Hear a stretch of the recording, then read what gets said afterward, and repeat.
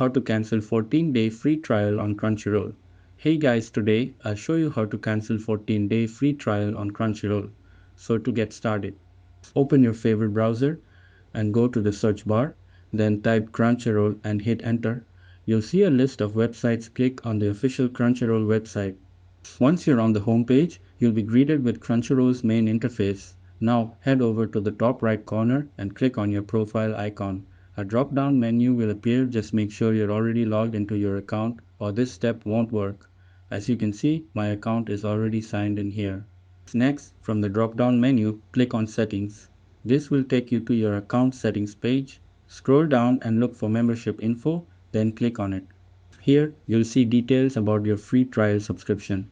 I haven't claimed mine yet, but if you have, you'll see a cancel membership option. Just click that and your free trial will be cancelled. That's it, and thanks. I will catch you all in the next video.